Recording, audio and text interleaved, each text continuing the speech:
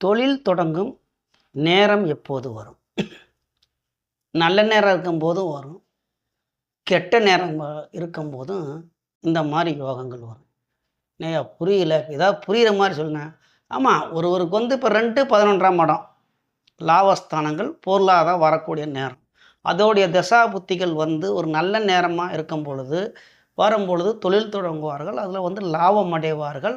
அதில் கொஞ்சம் முதல போட்டு அதில் பல மடங்கு லாபத்தை சம்பாதிப்பார்கள். கெட்ட நேரம் வருது.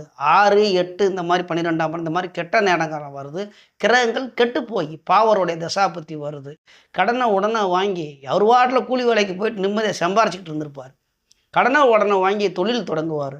போட்டது கையில் இருந்த காசும் போய் கடனை வாங்கிக்கிட்டு ஒண்டிக்கிட்டு அலைவார். எல்லாத்தையும் இழந்து. அதுதான் நல்ல நேரத்துலையும் தொடங்கலாம், கெட்ட நேரம் காலத்திலும் அது பார்த்து தொடங்கணும். சரிங்களா? சரி, நீங்க எப்போ தொடங்குன்னு பார்ப்போம்.